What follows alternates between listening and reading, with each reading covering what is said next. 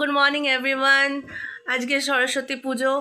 আজকে সব জায়গায় মাইক বাজছে বলে মনে হয় একটু প্রবলেম হতে পারে, তাও আমি ভিডিওটা স্টার্ট করলাম। আর এখন আমি নিয়ে বসেছি হচ্ছে লেবু গরম জল, ওয়েট কাটার, সবচেয়ে ভালো ওয়েট কাটার। আমার ভীষণ ওয়েট বেড়ে যাচ্ছে বাইরের খাবার খেয়ে খেয়ে, জাস্ট মানে বলার মতন না, দেখতেই পাচ্ছ কতটা চাব্বি হয়ে গেছি, বাট তাও কিউট। তো চলো আগে দেখি কি কি করা যায়, আজকে তোমাদের সাথে আসছি পরে। তো ফ্রেন্ডস, ব্রেকফাস্টে আবার নিয়ে চলে এসেছি পরেজ।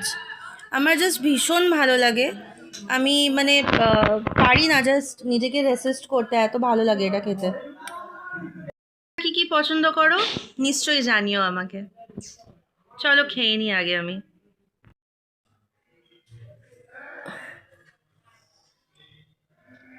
কি হয়েছে?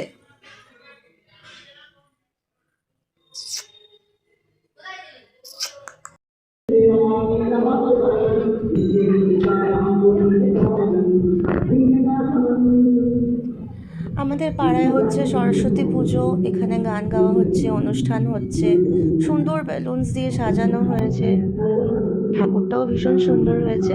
মেবি বিকেলে যেতে পারি দেখতে।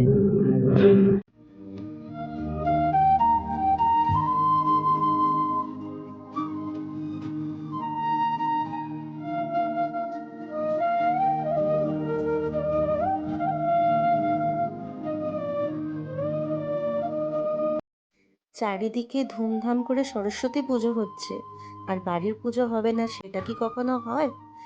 আজকে সেরমভাবে পুজোটা হচ্ছে না, প্রত্যেকবার খুব ভালো মতন হয়, যেহেতু জাস্ট এই 1 বছর হয়ে গেছে মায়ের নিবনে ক্র্যাক হয়েছিল, তাই জন্যে এরপর মানে তবের থেকে সেরকমভাবে নিটেখাটেভাবে হয় না। আগে সবসময় ঠিকঠাকভাবে সুন্দর করে সাজিয়ে অনেক রকমের ফুল, ফল, মিষ্টি এনে ভরে মা সাজিয়ে পুজো করতো। আমি তো অতটা ঠিক পারি না মায়ের মতন করতে। তাও এখন মা একটু সুস্থ আছে ঠাকুরের জন্য, তাই মা পুজো দিয়ে দিচ্ছে।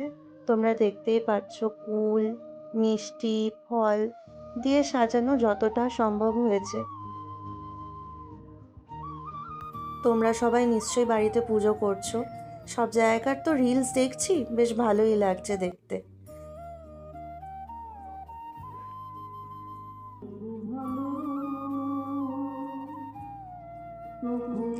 যা ঠান্ডা পড়েছে গাইস, মানুষ বাইরে এসে অনুষ্ঠান করার মতন অবস্থা নেই।